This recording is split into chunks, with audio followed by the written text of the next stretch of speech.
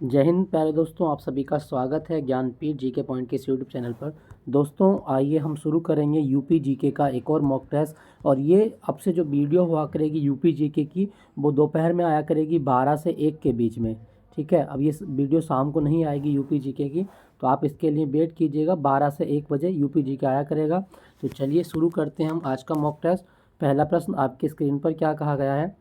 कहा गया, उत्तर प्रदेश में औद्योगिक निवेश एवं रोजगार प्रोत्साहन नीति 2022 के तहत पूंजीगत निवेश सब्सिडी अर्थात कैपिटल इन्वेस्टमेंट सब्सिडी प्राप्त करने के लिए निवेश की अवधि कितनी निर्धारित की गई है।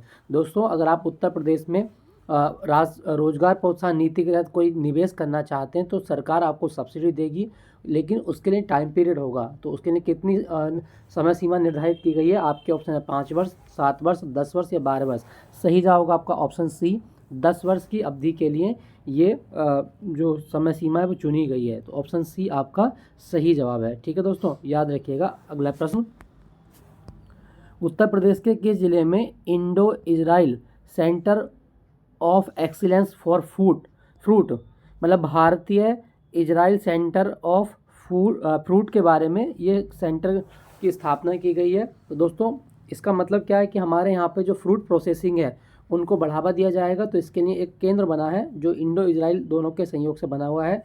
कहाँ पे बना है। ऑप्शन है बस्ती, कौशाम्बी, सहारनपुर या कन्नौज। सही जवाब होगा आपका ऑप्शन बी, कौशाम्बी में बना है। कौशाम्बी दोस्तों, कौशाम्बी जिले का मुख्यालय कहाँ पर, तो आप याद रखना मंझनपुर में इसका मुख्यालय है कौशाम्बी जिले का। और कौशाम्बी जिला केले की खेती के लिए जाना जाता है। ठीक है, केले की खेती के लिए फेमस है उत्तर प्रदेश में, तो इसको आप याद रखना। यहाँ पे मैं आपको एक चीज़ और बताना चाहूँगा दोस्तों, अगर आपसे प्रश्न पूछा जाए कि लकड़ी की नक्काशी कहाँ की जाती है, तो सहारनपुर में। और एक मेला लगता है सहारनपुर में, शाकुम्भरी मेला, शाकुम्भरी देवी का मेला कहाँ लगता है, तो आप बताएंगे सहारनपुर में शाकुम्भरी देवी मेला लगता है। तो ये आप याद रखना दोस्तों, आपसे पूछ सकता है। कन्नौज की बात करें तो इसको पूर्व का ग्रास कहा जाता है। पूर्व का ग्रास क्यों, क्योंकि जिस प्रकार फ्रांस का ग्रास शहर इत्र उद्योग के लिए जाना जाता है, ऐसे ही कन्नौज इत्र उद्योग के लिए प्रसिद्ध है।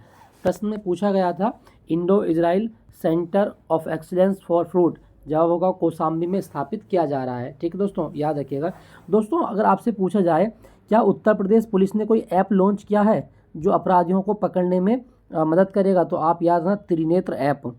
त्रिनेत्र ऐप ये उत्तर प्रदेश पुलिस के द्वारा शुरू किया गया है। एआई आधारित ऐप है और इससे अपराधियों की पहचान की जाएगी, उनका डेटाबेस इसमें रखा जाएगा। तो त्रिनेत्र ऐप के बारे में आप याद रखिएगा। ठीक है दोस्तों, आपसे पूछ सकता है। अगला प्रश्न, उत्तर प्रदेश इलेक्ट्रॉनिक विनिर्माण नीति 2020 के तहत राज्य के किस क्षेत्र को इलेक्ट्रॉनिक विनिर्माण क्लस्टर के रूप में अधिसूचित किया गया है। तो दोस्तों उत्तर प्रदेश में इलेक्ट्रॉनिक मैन्युफैक्चरिंग क्लस्टर जो बन रहे हैं आपके, वो कहाँ बन रहे हैं, तो सही जवाब होगा आपका ऑप्शन ए, यमुना एक्सप्रेसवे क्षेत्र को इलेक्ट्रॉनिक क्लस्टर के रूप में विकसित किया जा रहा है। तो सही जवाब होगा आपका option A, Yamuna expressway. Clear, याद रखेंगे। अच्छा, अगर क्वेश्चन पूछा जाए कि उत्तर प्रदेश का सबसे लंबा एक्सप्रेसवे कौन सा है, तो आप बताएंगे गंगा एक्सप्रेसवे, जो मेरठ से शुरू होता है और प्रयागराज को कनेक्ट करता है। तो गंगा एक्सप्रेसवे यूपी का सबसे लंबा एक्सप्रेसवे है और ये 594 किलोमीटर लंबा है। ये भी आप याद रखिएगा। इससे ज़्यादा इंपॉर्टेंट चीज़ मैं आपको बताता हूँ कि उत्तर प्रदेश में ना ब्रेल लाइब्रेरी की स्थापना हुई है। तो उत्तर प्रदेश में पहली ब्रेल लाइब्रेरी कहाँ बनी है, तो आप याद रखना दोस्तों, ब्रेल लाइब्रेरी उन बच्चों के लिए बनाई गई है जो जन्म से अंधे होते हैं, जिनको दिखता नहीं है। तो यूपी की पहली ब्रेल लाइब्रेरी ये लखनऊ में बनी है। क्लियर, याद रखना, ब्रेल लिपि अंधों के पढ़ने की लिपि है और उसके लिए लाइब्रेरी बनी लखनऊ में। तो ये आपसे पूछा जा सकता है। हमसे पूछा गया था इलेक्ट्रॉनिक विनिर्माण क्लस्टर कहाँ बन रहा है, तो यमुना एक्सप्रेसवे के क्षेत्र में बन रहा है। याद रखिएगा दोस्तों। क्या आपको पता है कि उत्तर प्रदेश का सबसे लंबा राष्ट्रीय राजमार्ग कौन सा है, तो आप बताएंगे NH-219। NH-219 ये उत्तर प्रदेश का सबसे लंबा राष्ट्रीय राजमार्ग है और इसी का एक नाम और भी है NH2 का नाम अब NH-19 हो गया है, नेशनल हाईवे 19। ये उत्तर प्रदेश का सबसे लंबा राष्ट्रीय राजमार्ग है। क्लियर, याद रखना। अगला प्रश्न, उत्तर प्रदेश ट्रेड शो का आयोजन जिसका उद्देश्य स्थानीय उद्योगों को वैश्विक मंच देना था, उत्तर प्रदेश के किस शहर में हुआ, तो यूपी ट्रेड शो कहाँ पर हुआ था, सही जवाब होगा आपका ऑप्शन सी, ग्रेटर नोएडा में हुआ था। UP trade show 2025 greater Noida. दोस्तों अगर क्वेश्चन पूछा जाए कि नोएडा किस जिले का मुख्यालय, तो आप बताएंगे गौतम बुद्ध नगर जिले का मुख्यालय नोएडा में है। तो ये आप याद रखना, ट्रेड शो जो हुआ था वो आपका नोएडा में हुआ। अगला प्रश्न, उत्तर प्रदेश में नॉलेज पार्क की स्थापना कहाँ की जा रही है? तो दोस्तों यूपी में नॉलेज पार्क कहाँ बनना है? ऑप्शन है लखनऊ, ग्रेटर नोएडा, वाराणसी या प्रयागराज। सही जवाब होगा आपका ऑप्शन बी, ग्रेटर नोएडा में ये स्थापना की जा रही है। दोस्तों क्या आपको पता है कि उत्तर प्रदेश के किस शहर को यूनेस्को ने सिटी ऑफ गैस्ट्रोनॉमी के रूप में चुना? तो सिटी ऑफ गैस्ट्रोनॉमी, गैस्ट्रोनॉमी क्या होता है? भोजन बनाने की जो कला होती है, पारंपरिक जो व्यंजन होते हैं उनको बनाने की कला गैस्ट्रोनॉमी होती है। तो आपको बताना है कि सिटी ऑफ गैस्ट्रोनॉमी यूनेस्को ने किसे चुना? तो जवाब होगा लखनऊ को। उत्तर प्रदेश का जो शहर लखनऊ है इसको गैस्ट्रोनॉमी सिटी के रूप में यूनेस्को द्वारा चुना गया था। ठीक है दोस्तों, याद रखिएगा। दोस्तों अगर मैं आपसे पूछूं, अगर आपसे पूछा जाए कि बनारस के बारे में, आपसे पूछ सकता है कि वाराणसी का नाम वाराणसी क्यों रखा गया है? तो आप याद रखना, दो नदियां हैं, एक वरुणा और एक असी। वरुणा और असी नदी के नाम पे वाराणसी का नाम वाराणसी पड़ा है। ठीक है दोस्तों, याद रखना, वरुणा और असी नदियों के नाम पर इसको वाराणसी के रूप में आप जानते हैं। क्लियर, याद रखना। नॉलेज पार्क की स्थापना पूछी जा गई थी, तो ग्रेटर नोएडा में इसकी स्थापना हो रही है। अगला प्रश्न, उत्तर प्रदेश के किस औद्योगिक प्राधिकरण द्वारा software technology park of India के सहयोग से मेरठ में आईटी पार्क विकसित किया गया है? दोस्तों यूपी में मेरठ है, मेरठ में आईटी पार्क विकसित किया गया है, किसके सहयोग से? तो सही जवाब होगा आपका ऑप्शन ए, यूपी सीडा के सहयोग से। ठीक है, यूपी सीडा के सहयोग से ये सॉफ्टवेयर पार्क स्थापित किया गया है मेरठ में। मेरठ में ना उत्तर प्रदेश का पहला खेल विश्वविद्यालय भी आपका बन रहा है।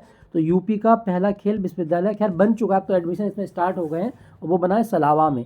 सलावा गांव जो है वो सरना तहसील में है, तो वहाँ पर बना है उत्तर प्रदेश का पहला खेल विश्वविद्यालय, जिसका नाम मेजर ध्यानचंद के नाम पर रखा गया है। क्लियर, याद रखिएगा। अगला प्रश्न, उत्तर प्रदेश में लेदर टेक्नोलॉजी पार्क कहाँ पर अवस्थित है? तो दोस्तों लेदर टेक्नोलॉजी पार्क ये आपका बंथर में, उन्नाव में। ऑप्शन बी आपका सही जवाब है, बंथर उन्नाव। क्लियर, याद रखिएगा दोस्तों। और उन्नाव का प्राचीन नाम क्या है? सवाई गोदो।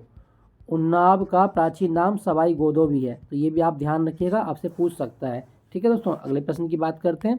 अगला प्रश्न, निम्नलिखित में से कौन सा संस्थान उत्तर प्रदेश में लघु उद्योगों के लिए शीर्ष निकाय के रूप में कार्य करता है?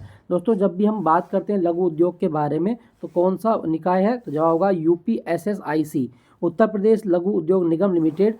सही जवाब है आपका UPSSIC। इसकी स्थापना कब हुई? 1958 में, और ये लखनऊ में है। ठीक है, तो लघु उद्योगों के लिए कार्य करने वाली संस्था UPSSIC है, जिसकी स्थापना 1958 में लखनऊ में की गई थी। क्लियर, याद रखिएगा।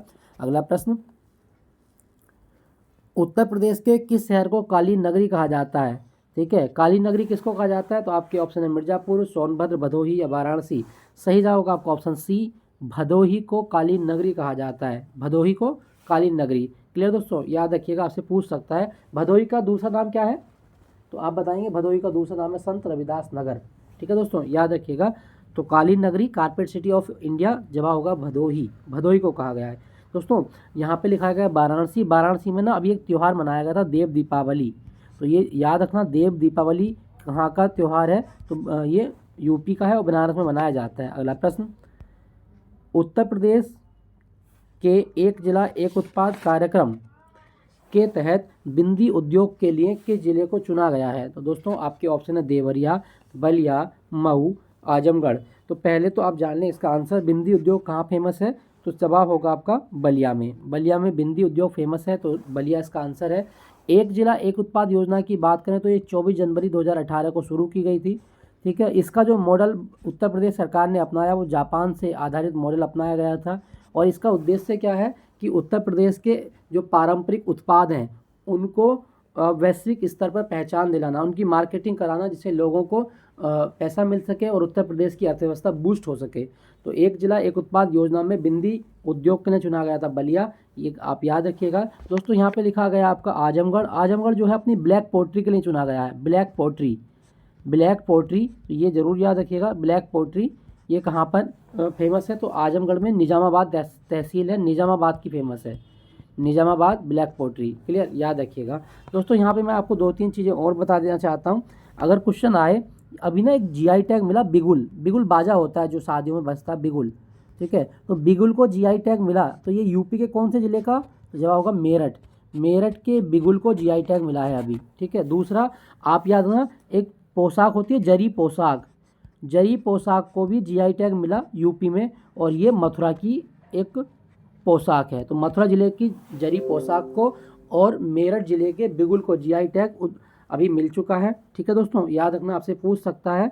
और मैं आपको यहाँ पे एक चीज़ और बताना चाहूँगा, उत्तर प्रदेश दिवस अभी आने वाला है, कब मनाते हैं हम, 24 जनवरी को, ठीक है। 24 जनवरी को उत्तर प्रदेश दिवस मनाया जाता है, तो ये भी आप याद रखिएगा। यूपी के बारे में आप याद रखें, यूपी का शास्त्रीय नृत्य क्या है, वो कथक है, शास्त्रीय नृत्य कथक, तो ये भी आपको याद रखना है। तो दोस्तों यही था आज का मॉक टेस्ट, 10 प्रश्नों का अभ्यास हमने इसमें किया था। और ये क्लास में बता दूं, यूपी जी की क्लास डेली आएगी आपकी, ठीक है। यूपी जी के डेली 12 से 1 के बीच में आया करेगा आपको, तो ये आप अच्छे से तैयार करिएगा। और मैं बता दूं 20 तारीख तक अभी मेरा जो पैटर्न रहेगा, मॉर्निंग में आपका स्टैटिक जी के आएगा 20 तारीख तक, उसके बाद में मिड में आपकी नून टाइम में आएगा आपका यूपी जी के, और इवनिंग में आएगा ज्योग्राफी। तो 20 तारीख के बाद हम चेंज करेंगे अपना पैटर्न, जिसको हम डे बाय डे अलग अलग सब्जेक्ट की प्रैक्टिस करेंगे, जिसमें आप पॉलिटी, हिस्ट्री, स्पोर्ट्स सेक्शन, आपका इकोनॉमी, आपका साइंस सब कवर कराऊंगा, तो मेरे साथ बने रहिएगा। बस आपको वीडियो अच्छी लगी तो आप शेयर जरूर कीजिएगा अपने दोस्तों के बीच में, अच्छे से नोट्स बनाइए, अपना ख्याल रखिएगा। Thank you for watching Gyanpeeth ji के पॉइंट।